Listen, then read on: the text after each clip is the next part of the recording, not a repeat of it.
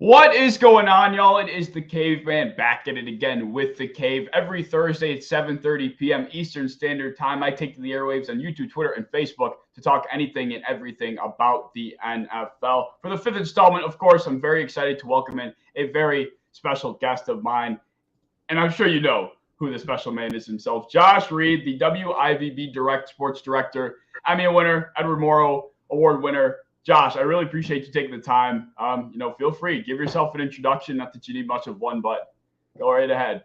Yeah, thanks, man. Thanks a lot for having me. I appreciate it. Anytime I get a chance to come on and some of the local podcasters and everything, I love jumping on, talking ball, catching up. Just it's always smart to keep your finger on the pulse of the fans, and that's a good opportunity to do stuff like this.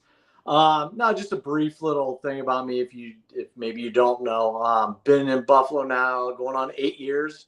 Been the sports director at CBS station, Channel 4, obviously the official home of your Buffalo Bills. It's looking forward to another season. I can't believe we're only five weeks now from training camp, which is pretty crazy. But looking forward to a lot of anticipation, clearly, and we'll see. As you know, it's the ride can be bumpy at times, but it's always a fun ride. Oh, yeah. I mean, that's to say the least. It's already been a bumpy one this offseason so far. It's been a lot of emotions, to say the least. And, with that being said, that segues us perfectly right into the first headline that I wanted to talk about tonight. We couldn't get on the show and not talk about it to some extent. Of course, Stephon Diggs, Buffalo Bills, drama. What was your takeaway from the whole thing? Because a whole lot of people had a whole lot of different opinions. I'm sure yours is definitely be value from the situation. So what were your takeaways from the whole Diggs-Bill situation that went down? I think there's two ways to look at it, at least from my viewpoint. I looked at it two ways. Number one, will it impact him what he does on the field? Mm-hmm. Absolutely not. Stephon Diggs next year is going to be one of the top 3, 4, 5 wide receivers in all of the NFL. He doesn't need, OTAs, voluntary OT. He doesn't need it. Quite frankly, he doesn't need mandatory minicamp. I mean, he's good. He and Josh have played together for several years. We're not talking about, a guy learning a new system, playing with a new quarterback. Now, the other side is where I personally have some issue with it. This is a guy who's a captain. I mean, he is voted a captain. I mean, there's always going to be times where no matter what your job is or what your profession or what your career is, where you're not going to see eye to eye with people you work with, people you work for. But you got to show up for work. Yeah. You just can't not show up for work. And look, there's a lot of speculation on what happened, what led to all this. Is it a hangover from the way last year ended? Is it that he doesn't see eye to eye with the play calling and Dorsey? Is it Josh? Is it Sean? Is it? I tend to believe that, and I don't know this, I tend to believe that it's probably a little bit of everything. Mm-hmm. And look, when you're a superstar wide receiver, you should have some input. You just should, and he should. He rightfully should. But look, just because your input maybe isn't being heard the way you want it to, doesn't mean you just don't go to work. I mean, you still, especially in particular when you're a captain, because you're one of those guys. You're now an elite group now. You're one of the guys that team looks to. Like I said, at the end of the day, it's not going to matter. And you and I both know that week one, if he goes out and has 120 yards, 8 catches, and a touchdown, nobody's going to be talking about him missing mandatory minicamp. Nobody's going to be talking about it. And Josh Allen and Steph are going to be giving high fives, and Steph's going to be doing post-game, interviews talking about how much he loves the game plan this year. And yep. And that's the world we live in. It's a moment-to-moment thing. Yeah, absolutely. I mean, you're right. He will walk on the field. They'll do their handshake. He'll have a touchdown on the first drive, and it's gonna flash out of everybody's mind instantly. And we've seen so many different opinions and theories as to what's been going on with this situation. My takeaway from it personally was, like you said, Diggs has to lead by example, and he always does. I think that's why I have respect for him in this regard, because every single second he holds himself to such a high level. Like every single real second quick, I want to add this real quick because to your point, I don't know if there's a harder worker on that roster than Diggs. Mm-hmm. So to your point, so sorry, I didn't mean to interrupt you, but I did want to add that in because I do believe that when it comes to just sheer working, he doesn't get outworked. Mm-hmm. Absolutely. And I think that's why, for me personally, I have a little bit of hesitation before jumping to, oh, he's a diva, he's a troublemaker, he's looking out for himself, because all of the guys in that locker room know, all the players that have ever played with him know, and that's all he's ever said, is he holds himself to the standard that he holds everyone else to, and he is constantly with that mindset. So that's why I'm a little bit hesitant. But for me personally, I mean, for Sean McDermott to come out and say when it happened, he's very concerned, he was kind of unclear. He really started a bit of a shitstorm, if we're being entirely honest. And for me, you know, as much as it is on Diggs to lead by example and to, you know, be a captain and, you know, everything of that nature, I feel like it's also on McDermott in a way too, to be able to leave whatever went down, go to the table with the press and have a little bit more of a level head. That was clearly an emotional moment for him, that whatever happened. And I feel like even if he's a little bit upset about what went down, he as a coach needs to be able to suppress that and cover for his guy. You know, if he just stormed out, whatever the case might have been, I think McDermott needs to say, you know what, he's my guy. We know he's ride or die with us. I'm going to cover for him, even if what he did was a little bit out of hand. And I feel like that created a bit of a stir. I couldn't agree with you more. I think that is 100% spot on the target. I think Sean got caught up in the emotion. I think Sean, he holds everyone, you know, accountable. But I think he looks at being a captain, like I said, like, you know, you get held to even a higher standard. Absolutely. And I'm with you, though. I think that if Sean could replay that first press conference, it would have looked much different. I think there would have been a lot deeper breath, approach it a little different, choose words a little more carefully. Because, you know, the thought of Sean maybe trying to send a message through the media, I don't buy that, because that's not Sean McDermott. It hasn't been ever. And if there are maybe certain players that you could do that with, Steph's not one of them.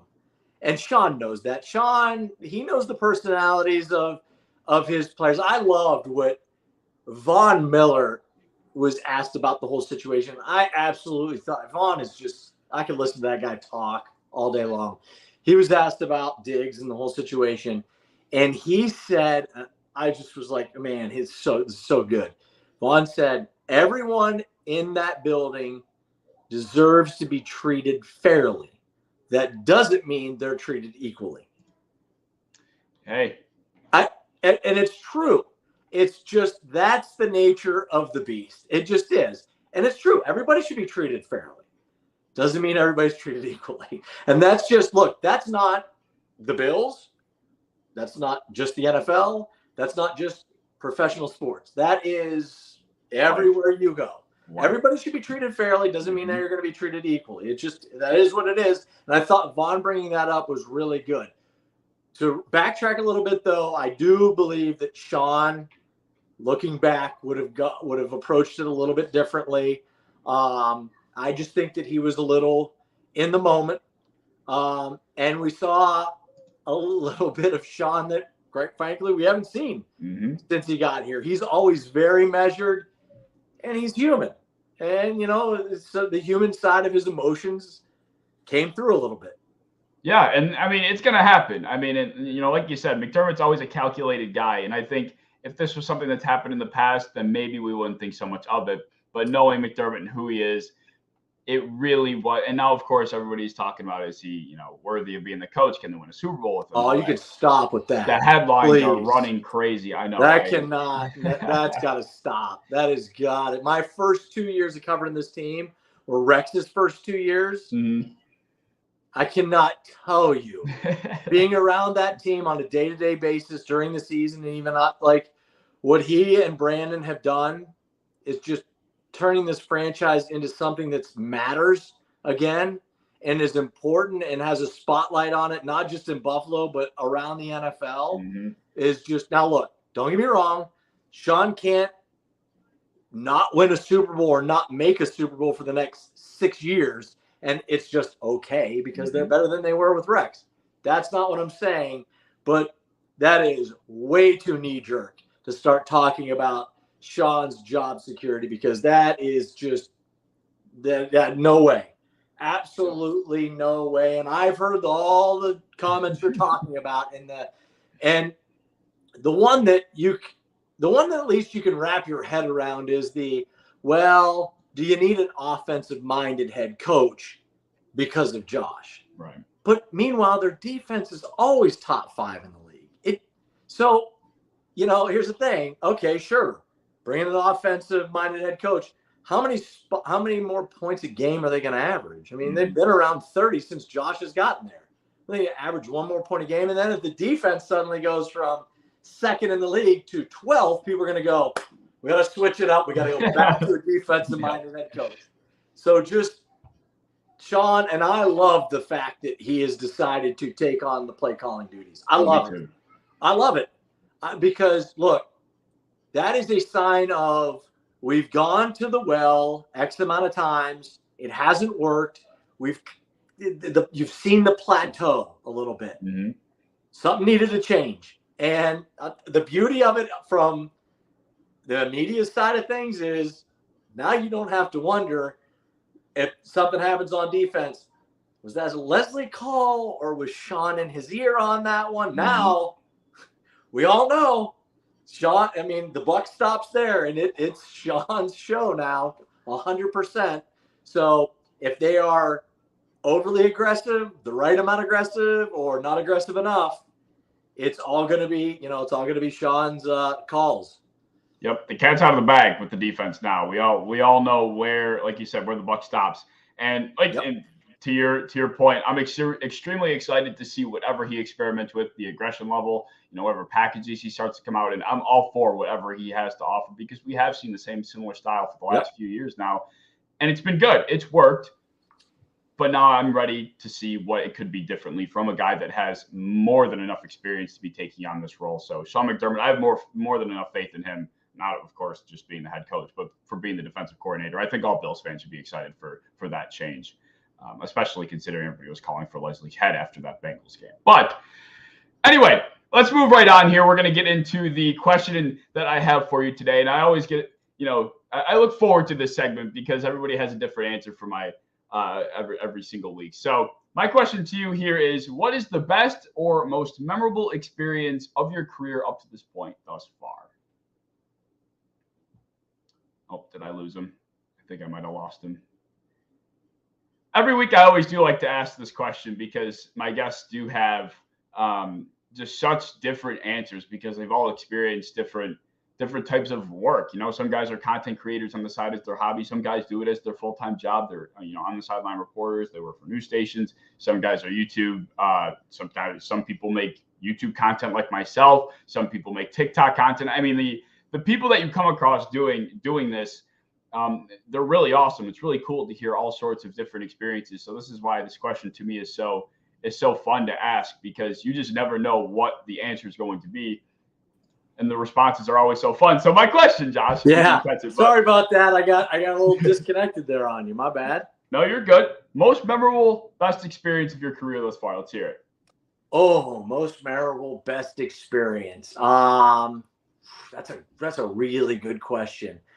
I had a chance to sit down, and my first job ever was in Hagerstown, Maryland. And they had a thing called the Blossom Festival, which happened down near Virginia. And their like main sports MC guy was Whitey Ford, the former Yankees Hall of Famer. And I got a chance to sit down and do a one-on-one with him. And what I thought was going to be a 5-minute interview turned into him telling me stories for an hour. And it was just, I remember walking out of there going, I maybe had been in this industry for 6 months. And I remember thinking, Yeah, this is pretty sweet. I also covered the Ravens Super Bowl because my second job was in PA, but we weren't that far from Baltimore. So I went down to New Orleans and covered the Ravens. It was the Harbaugh Bowl.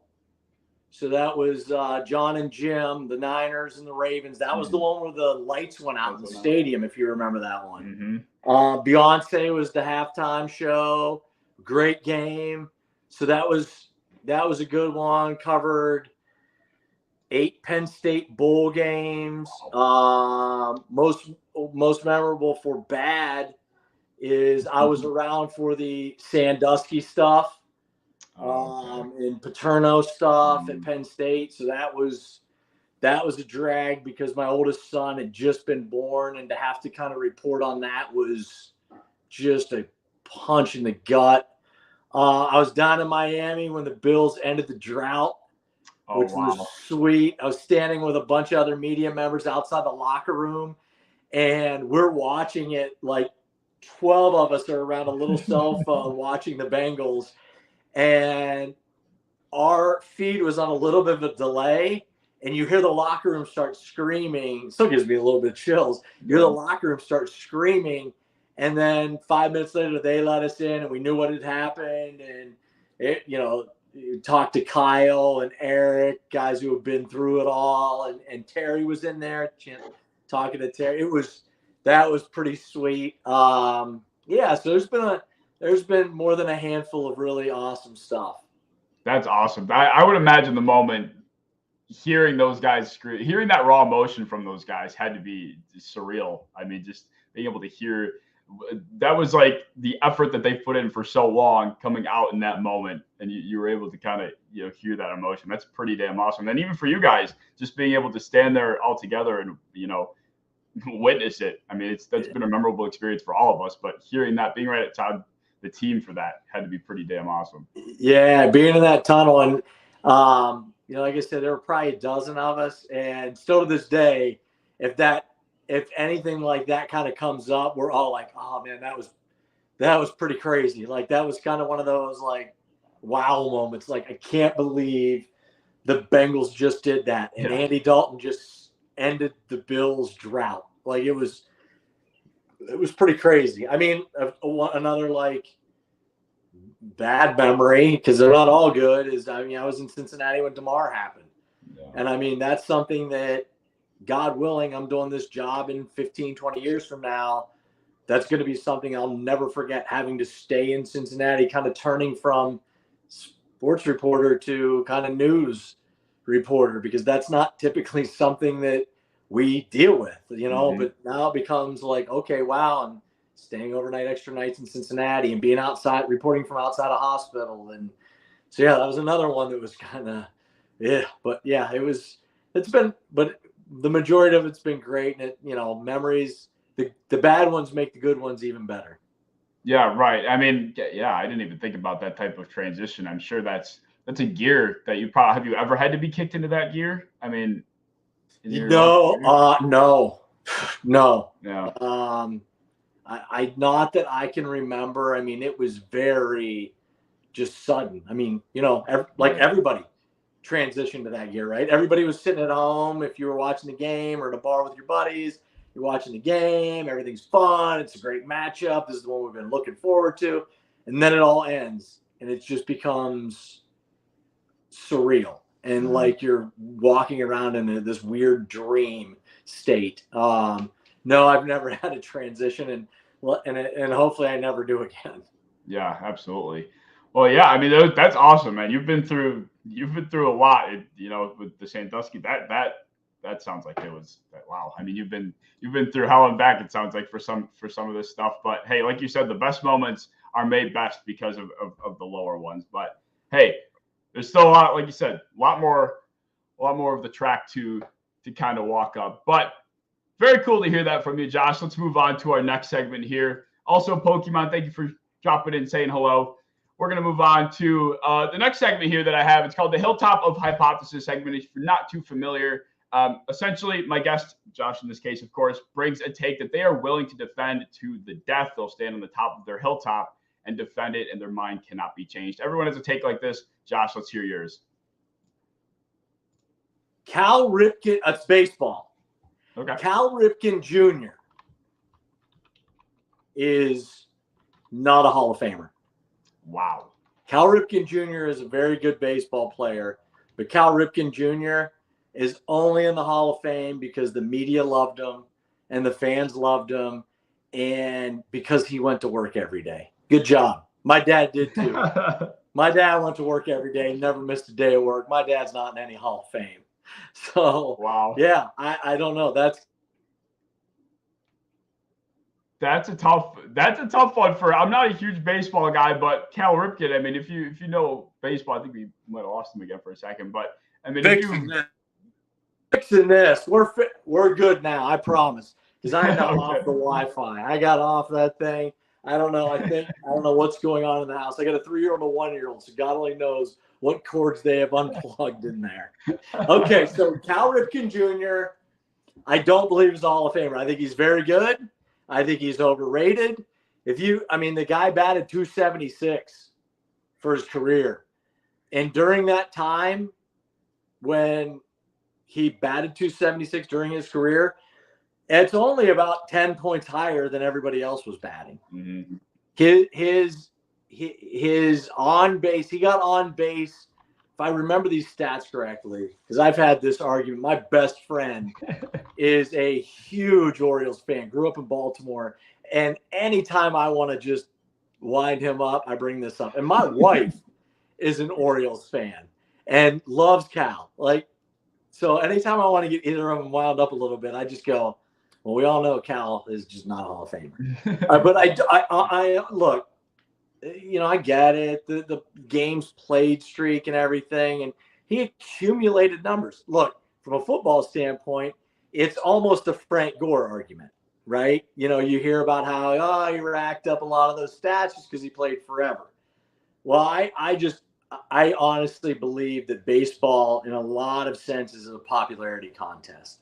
Mm-hmm. Because unlike football, where you're around the media, 16 games a day, baseball's, 162 games, and you're around the media every day, Mm-hmm. all the time. So you can become really beloved. And that's what Cal did. Cal became very beloved. And he started out his career and he was Rookie of the Year. And that's what everybody always tell me. But to me, after that, you get it. He MVP. I understand that. That's always the comeback. But I just think that he hit into more double plays than any player to ever play because he's so slow. And he was an average defender. And to me, the Hall of Fame, and quite frankly, it's not just him. I think the standard for the Hall of Fames, not just baseball, but all of them are way too low. I just think that to me, when I look at a Hall of Fame career and resume, to me, it's got to be, you have to have been the best player, not only at your position while you played, but one of the best in the game, period. To me, the true Hall of Famers are, when you switch back to football, Bruce Smith, right? Mm-hmm. Bruce Smith wasn't just the best defensive end when he was playing, along with Reggie. He was one of the best players in the NFL when he was playing, right? That's just that to me is an example of a Hall of Famer. Like when I don't know, I just think it's gotten watered down, and I don't know, I just think that, to me, that's one that I go on the hill on, and I'm going to tell you what, I catch a lot of fire from not only my wife, but my best friend. Oh, like I said, I'm not a big baseball guy, but you hear Cal Ripken, you know who Cal Ripken is. Orioles legend, this guy, like you said, beloved. You don't really come across somebody that will talk shit about Cal Ripken. I just ran into one. I just happened to pop into it. It just doesn't happen often. And you make a great point, which a lot of people probably don't even acknowledge, just how much these guys, hockey players too, with how much they play and how much they're around media. It's such a different landscape. And it probably does become, these are humans voting popularity. For these awards. It's a popularity contest. And at the end of the day, I mean, we see politics play into this kind of stuff all the time. Yep. Politics are huge. No matter what level of sport you're playing, whether it's youth, school, semi-pro, it doesn't matter. Politics exist at every level. And hey, that's a pretty solid argument to stand behind. And you probably do take a ton. I take but it's usually self-made, because usually I'm the one that brings it up. Yeah, but hey, sometimes you want to start your own battle. Sometimes you got to smack the beehive. Sometimes you got to smack the beehive. Exactly, especially if I can tell you're passionate about this one. It's always fun. It's always fun to kick into the passionate topics. All right, so we'll move right on. That was a good one. That'll definitely get some people riled up. So we'll move right in to the second to last segment that we have here. This is the Caveman's Advocate segment. So it works pretty simply. I have a debate, like you're talking about your passionate debates here. I have a topic. You're going to choose a side. I might agree with you, but I'm going to do my best to play devil's advocate and carry the debate and have the conversation for as long as I can, and then I'll reveal my side at the end of it. So the debate that we're going to have, this was an interesting topic that I came across in social media this past week, but do you have to be nuts to play D3 football? No, I love it. And I'm very biased on this because I grew up in Northeast Ohio, and basically my backyard was Mount Union football. And Mount Union is just a national power every single year. I know the stories of guys who were on the team when I was at Kent State, and you had like my good friends, Jason Candle, who is now the head coach at Toledo, Matt Campbell, who's now the head coach at Iowa State, Nick Sirianni, who's now the head coach of the Eagles. Those guys were all played together at Mount Union. Like, that's like, if they don't go play Division III football, who knows if we have those guys, right? Yeah. I mean, you're talking about two of the best young coaches in college football and one of the best young coaches, and it doesn't even matter age, one of the best coaches in the NFL. Like, I just don't know. I look, to me, I wish I had a chance to play at a Mount Union college, because I had a chance. I was very fortunate that I was just good enough that I played on in Ohio, high school football is very big. I was just good enough that I was able to play high school ball. We were good. We were 14-0 and won a state title and the whole spiel. And in small town Ohio, they still talking about that 1994 team. But like, I have buddies who went then and played at like Division III and stuff. And they loved it because it's still a brotherhood. I mean, to me, it's not about the scholarship, and it's about still being brothers with the guys and being in that locker room. How often do we hear professional athletes say, I'm not going to miss the games, I'm not going to miss the practices, I'm going to miss the locker room? That's why you play Division III football, because of the locker room, because of the brotherhood. I just think that as long as you can play, look, I mean, the guys go out there and play rec league stuff, right? I mean, as long as you can play and you can be around your crew and your guys and you have that attachment to your people, more power to you. I love it. I think that play till the wheels fall off. I love it. Yeah, I mean, it's just tough, when this conversation was brought up and I heard the topic, I'm thinking to myself, on one hand, your thought process, then on the other hand, the thought process I have here, it's like, you're playing D3 football. You're a student athlete regardless of the level you play. And I think that gets overlooked. Just because you're not playing Division I or Division II or the highest of collegiate sports, you're a student athlete. No scholarships, like you mentioned. You are paying to go to school, yet you're probably putting in double, at least, the effort into the sport you're playing in comparison to the student portion of things. And reading all these studies about how student athletes fall into these depression states because they can't juggle everything between their family, their friends, their athletics, their collegiate lifestyle. It's just such a tough balance. And for football especially, we're talking about a sport that you put in 400 times more than you probably will ever get out waking up at 6 a.m. to weight lift, doing very long runs and having to do film watching and traveling for games. And these are guys that, there's 22 spots. Most of these spots are occupied by guys that are going to be occupying it for a pretty solid amount of time. And you only get 4 years. So there's a lot of guys out there that are playing, for the brotherhood on one hand, but on the other hand, for a chance to be on the field, when in all reality, you're trying to do so many things for something that you might not ever get that much more out of, depending on what you value. I mean, games, I kind of did the math. I tried to put it together, but there's about like 33 hours of total game time, and that's not even including the stoppages or the amount of time the individuals are playing itself, on top of, and who knows what the calculated math is for hours you're putting in, like with practice and all that other stuff. It's at D3, when you're most likely not moving on, not going to have another opportunity. At what point do you kind of have to, put it down and focus on what you're really paying to go to school for, or your mental health? Because who knows how many people don't even realize they're going through the mental health, depression state that they might be experiencing. And like I said, with football, it's just a whole different beast. So, I think it's a double-edged sword. Yeah. Now, I mentioned Mount Union, and, they would have 15,000 fans. I mean, it was awesome. I mean, it was an event on Saturdays. The other side of it was my brother. My younger brother played Division III football at Teal College, small Division III school in Pennsylvania, and they were hot garbage. They were terrible.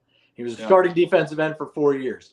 And I don't know this. I didn't talk to him. We're close and everything. I didn't, call him and ask him, telling me that we were going to discuss this. But I think, knowing him well, that he would tell you that because of football, he's disciplined in life.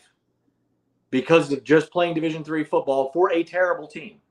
That those wake-up calls at 6 a.m. and the weightlifting at 7 a.m. and the meetings and this, being at school and having they do a lot of tutoring and stuff like that. And they, I think that helps. I think that helps.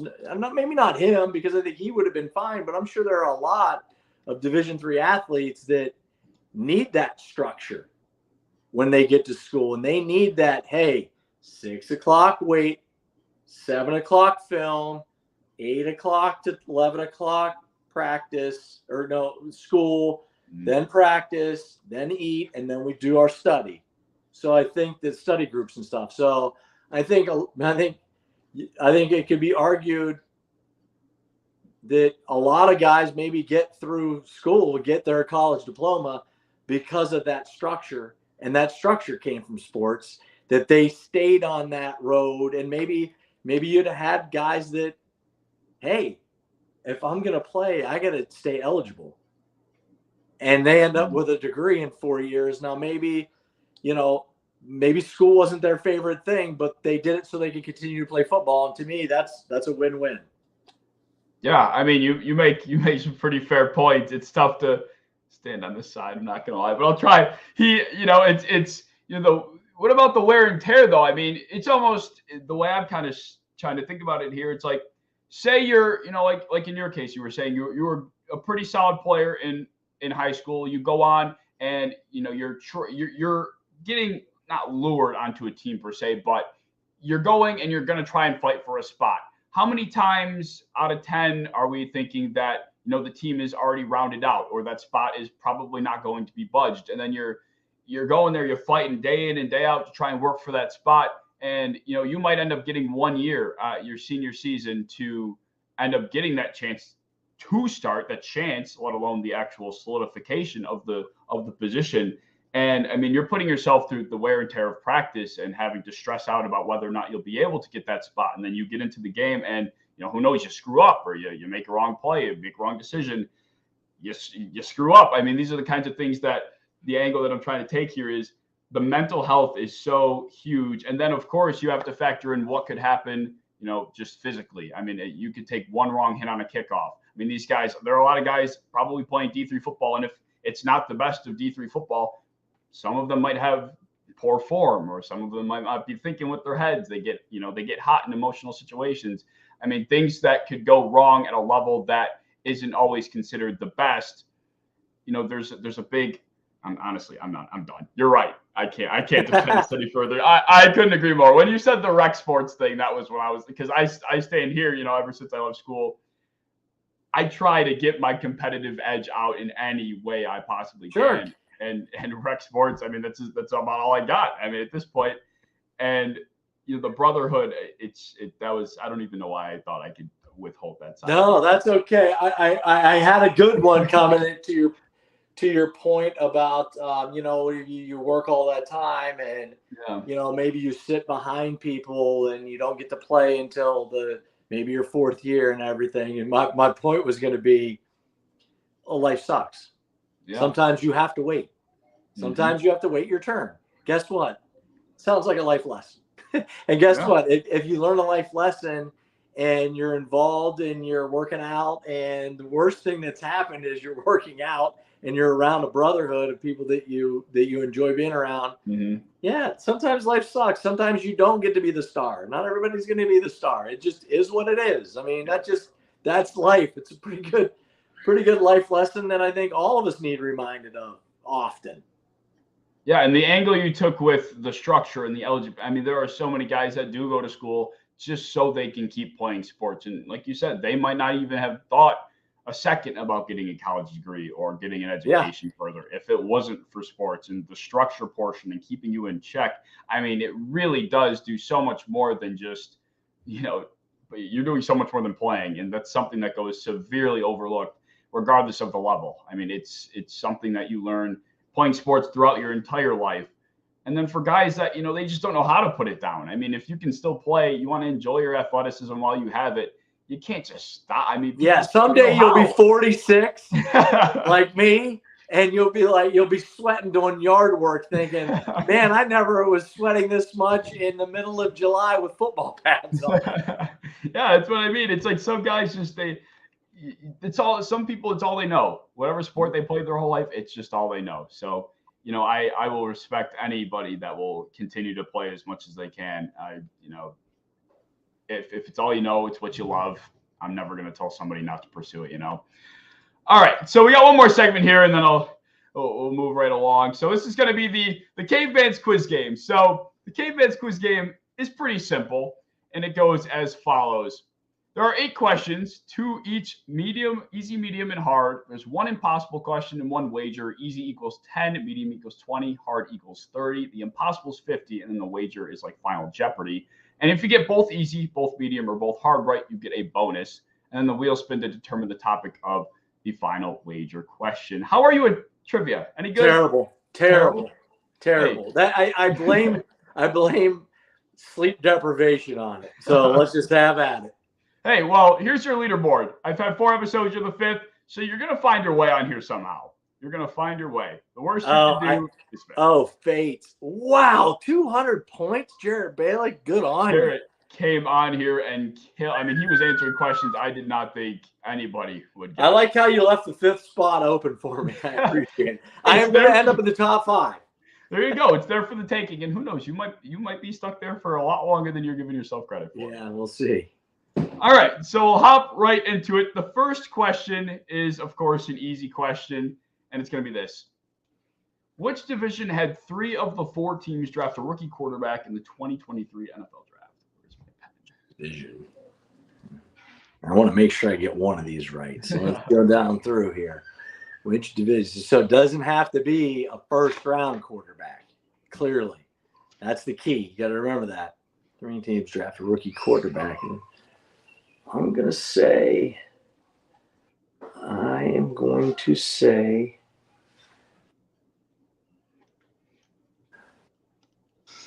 wow.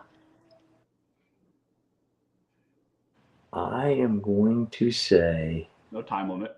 No pressure. Yeah, right. Hold on. Here goes my Wi-Fi again. As I pull my laptop out. I'm going to say.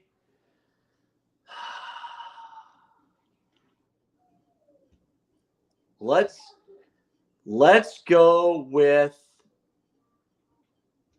the AFC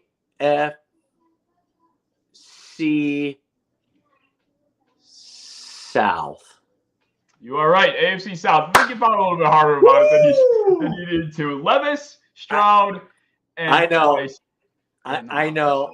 It was way too that took me way too long, but I'm like, this is probably a trick. Nah, not the easy question. That's an easy one for you. Knocking it out of the park. So that's 10 points right off the bat. We'll move right into the second easy question, which is going to be this. Who was recently drafted in the first round of the NFL and MLB draft? Most recently drafted in the first round of the NFL and MLB draft. I mean, is it Kyler Murray? That seems like it'd be the no-brainer. Yep, it is Kyler Murray. It is the no-brainer. All right, see, I feel like the first one I overthought, thinking there's got to be a loophole in here. And the second one, I'm like, okay, there wasn't a loophole in the first one, so maybe. So now I'm up to 40 points already, right? You're up to, so it's, the bonus is 10 more points. So per category. So if you get both medium right, that's an extra 20. Oh, man. Medium. Okay, so I'm at 40. No, I'm just playing. You actually almost had me for a second. I got to get to Dan Face. That's the key. You have, yep, you're up to 30 points. So okay, right behind him already. Your first medium question is going to be this. What team was the last to share a field with a baseball diamond? Or franchise, I should probably say. But what team was the last to share a field with a baseball diamond?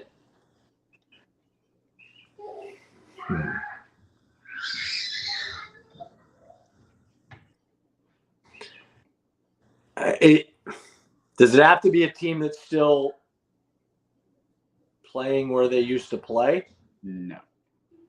Okay, then I'm going to go with the Raiders. Classified that. You are correct. I definitely should have classified that in the question, but it is the just Raiders. Want to make sure. So did I catch Fates yet? You are at, that will give you a 50-point total so far. All right, I'm tied with DiBiase. All right. You just can't screw up the wager. You are locked in as long as you don't screw up the wager. Or you can wager nothing. I mean, there's no wager limit. But you're up to 50 points after that correct answer. We'll move on to the next medium, which is going to be this. Which team led the NFL in points for last season? Points for.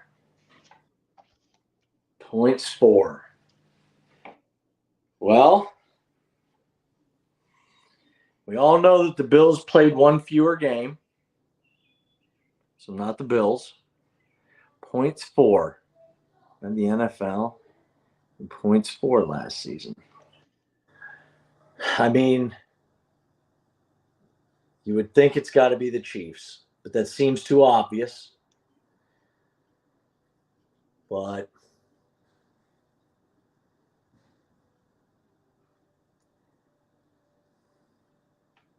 you know what? I'm going to say the Eagles.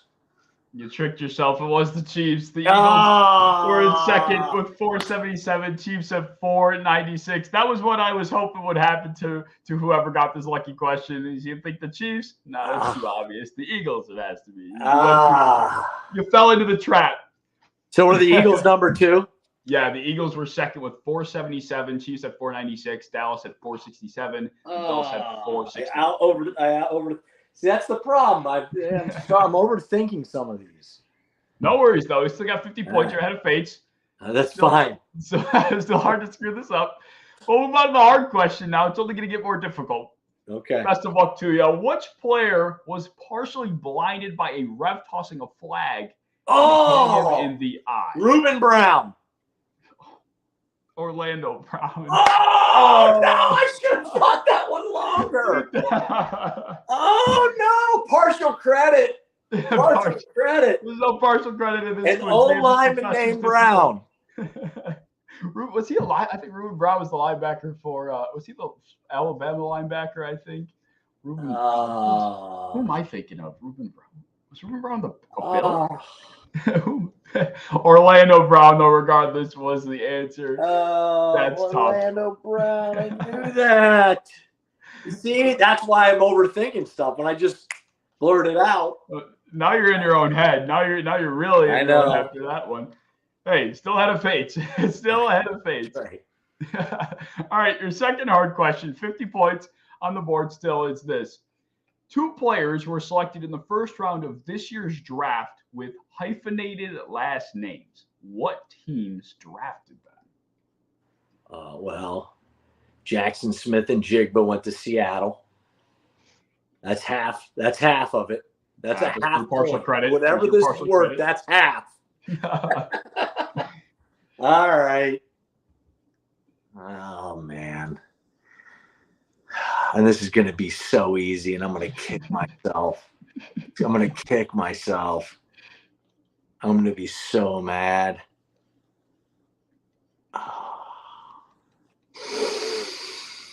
Oh man, you're asking me to think back 2 months, and that's probably 3 months or whatever it was.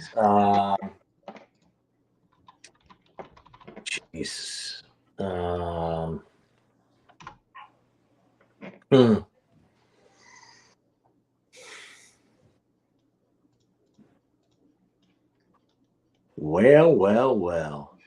Let's just go with. I'm just throwing darts here. Just need the team. What's that? Just need the team. Don't need the guy. I know. I'm trying to think of. Let's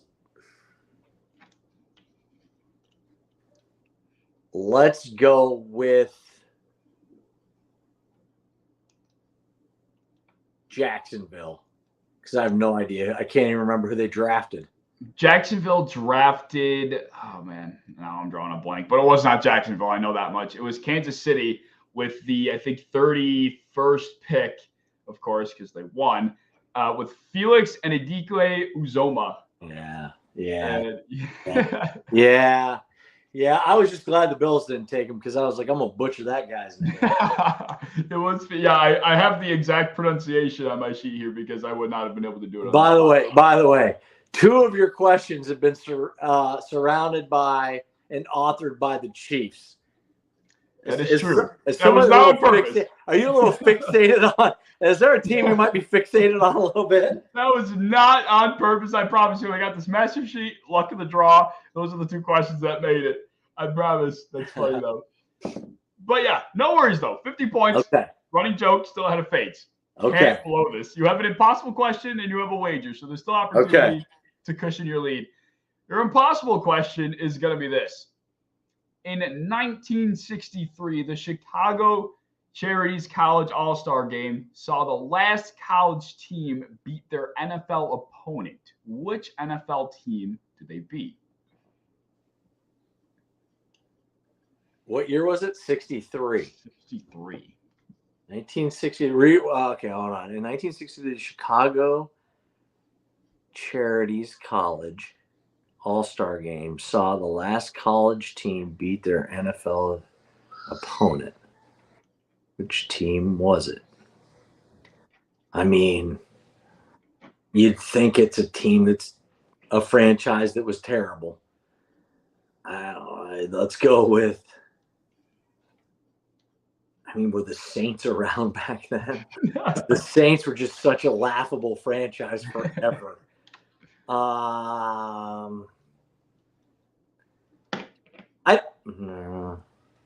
No.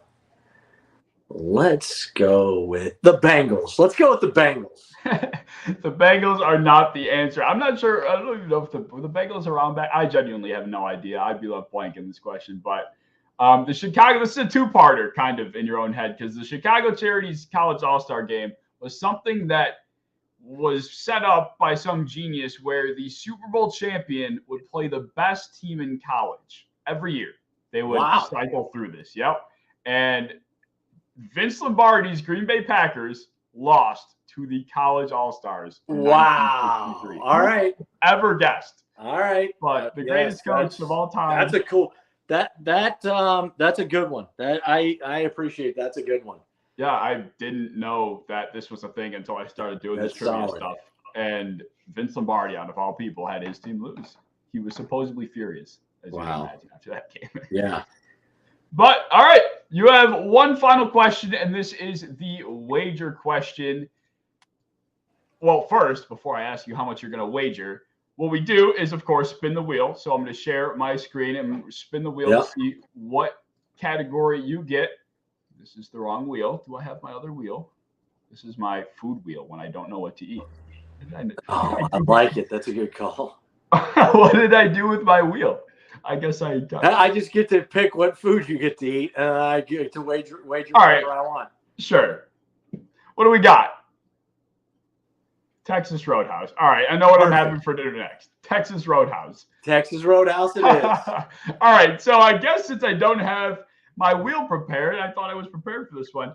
Hey Siri, give me a number 1 through 6.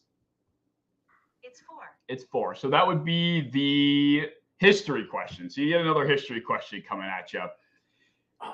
And so history it is. How many points do you want to wager? Do you want to stay ahead? You could wager any amount. How many am I beating Fates by? 10? You're up by 10. Correct. I'll wager 9. Perfect. He's going to wager 9. That's awesome. He's going to wager 9. We're going to go to bat for the history question, and it's going to be this. Who was the wide receiver that caught the touchdown during the iconic NFL moment called the catch? Dwight Clark. It is Dwight Clark. You are correct. I should have wagered more. When you said history, I thought you meant legit history. Like you're going to pull out some general from World War I and ask me about, and I'm like, oh, man, this could get dicey because I minored in history, but that was history. Like that was a long time ago. Hey, to be fair, I guess I did throw that Chicago Charities game question at you. I guess that was quite a tough one, but yeah, it was just the catch. That's Dwight good. Clark. Dwight Clark. What'd I end up with? 59? Yes, that would be the correct math, wouldn't it? I'll take it. Terrible. There you go. 59 points.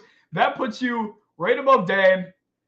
Oh, actually, you're second now. There you go. Oh, yeah. Look at that. You go from what you thought was going to be a 5th place finish to a I'll take silver every day. I was never getting to 200, so. Yeah, I don't know if anybody's ever catching Jared. That was one hell of a run. I'll take it. Hey, there we go. That'll be all I got for us tonight, Josh. I once again appreciate you for taking the time. It was a blast chopping it up with you. Absolutely, man. Appreciate you having me. Take care. Have a good weekend. Yeah, you do the same. Enjoy Roadhouse. Oh, thank you. I appreciate it. And be sure you guys know where to find Josh, all of his socials, to his Twitter, WIVB's website. Everything is down in the description. So be sure you're checking on over there. And of course, if you enjoyed, subscribe to all that fun stuff over here. And you guys have a fantastic night. Go Bills.